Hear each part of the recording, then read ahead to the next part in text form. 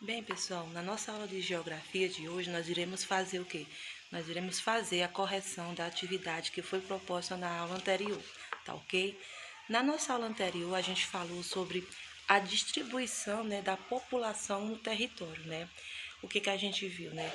Que no Brasil, né, a população, ela não vai se distribuir de forma regular, tanto pelo território, né? Ela vai se concentrar mais em algumas áreas, né? E menos em outras. Então, o que a gente pode perceber? A gente pode perceber que essa irregularidade, ao comparar a densidade demográfica, né, das regiões brasileiras. Então, eu trouxe essa tabela, né, na atividade de vocês, para que vocês possam acompanhar, né, tanto trouxe o Brasil e algumas regiões, né, do Brasil, a população, a área por quilômetro quadrado e a densidade demográfica, tá bom? Então, a partir que vocês analisaram essa tabela, o que vocês podem observar? Vocês podem observar o seguinte, olha só. Na primeira questão, ele diz: qual é a região brasileira que tem a maior densidade demográfica e a menor? Então, vocês irão responder o quê? Que a região de maior densidade demográfica, né, conforme vocês puderam analisar na tabela, é a sudeste e a de menor vai ser o quê? Vai ser o norte. Na segunda questão, diz o seguinte: qual é a densidade demográfica da região onde você vive?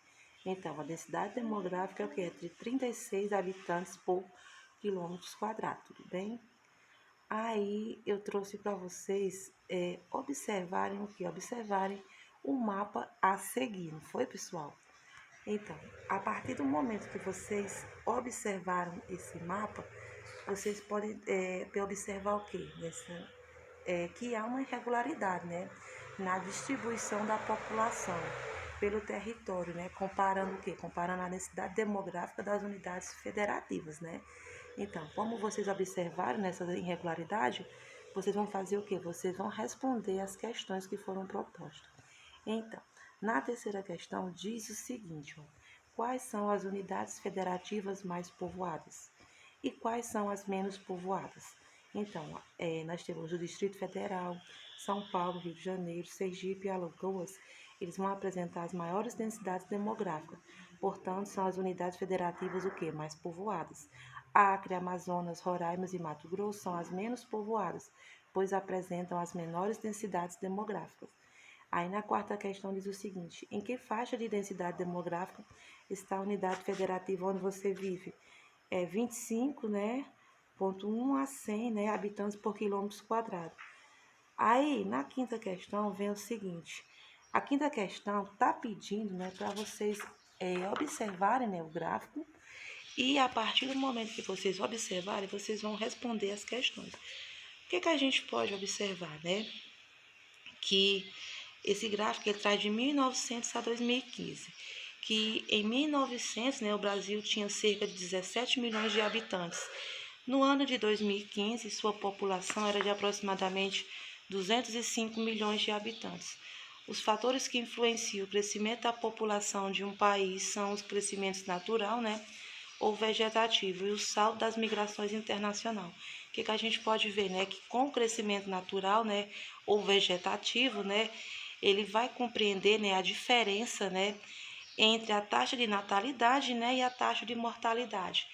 Aí eu pergunto a vocês, o que é essa taxa de natalidade? O que ela vai indicar?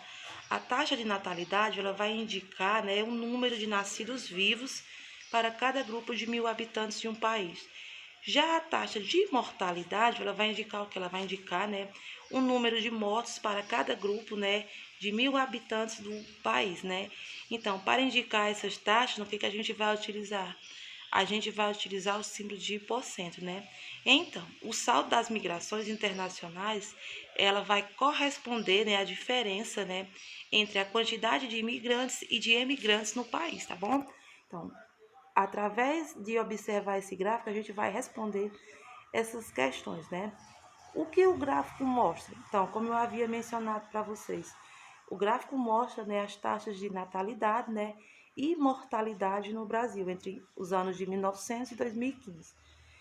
Na letra B diz assim: como você explicaria a evolução do crescimento vegetativo no Brasil nesse período? o que a gente pode dizer, né? Que o crescimento vegetativo, né? Ele diz respeito a um cálculo, né? Entre a quantidade de nascidos e quantidade de mortes no país, estado e cidade. Assim, podemos, né, entender a dinâmica da população do lugar a ser estudo. Então, no século XX, o Brasil ele passava por um número de alto. Aliás, o Brasil ele passava por um momento, né, de alto número de natalidade, né? Pois a saúde no país estava começando a apresentar, né, sinais de melhoras e devido à melhoria da saúde, havia também uma maior expectativa de vida. Assim, né, nasciam-se muitas pessoas e morriam menos pessoas. O que isso poderia ocasionar? Isso aí ia caracterizar, né, uma evolução na taxa de crescimento vegetativo, né? Aí, na nossa sexta questão, o que ele disse? Para vocês, né, observarem o gráfico. Então, ele trouxe um gráfico, né, na taxa de fecundidade, né, no Brasil no período de 1960 e 2015, né? Então, a partir da década de 1960, o que a gente pode observar? Um crescimento, né, da população brasileira, que ela começou a diminuir. Um dos motivos para essa queda foi a diminuição acentuada da taxa de natalidade. Aí, como está mostrando, né, o gráfico que eu trouxe para vocês. Então, essa queda da taxa de natalidade, ela pode ser justificada, né, pela diminuição da taxa de fecundidade no Brasil. A taxa de fecundidade, ela vai indicar o quê? Ela vai indicar, né, o número um número médio, né, de filhos, né, por mulher, né? Então, com a redução da taxa de fecundidade, ela vai estar relacionada a diversos fatores, né, entre os quais como o aumento da escolaridade, da participação da mulher no mercado de trabalho e o planejamento familiar, né, que permite aos casais decidir quantos filhos querem ter, né, com base nas condições de vida que poderá, né, oferecer a esses filhos, né? Então, de acordo com o gráfico, qual era o número médio de filhos por mulher no ano de 1960 e no ano de 2015? Então, respectivamente, né, 6 e 2 filhos.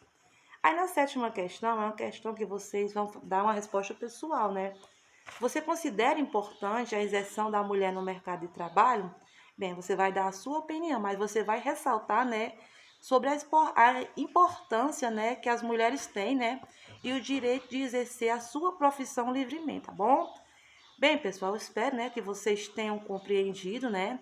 Qualquer coisa, vocês voltem novamente, né, à aula, tá bom? Obrigada a todos, viu? E até a próxima.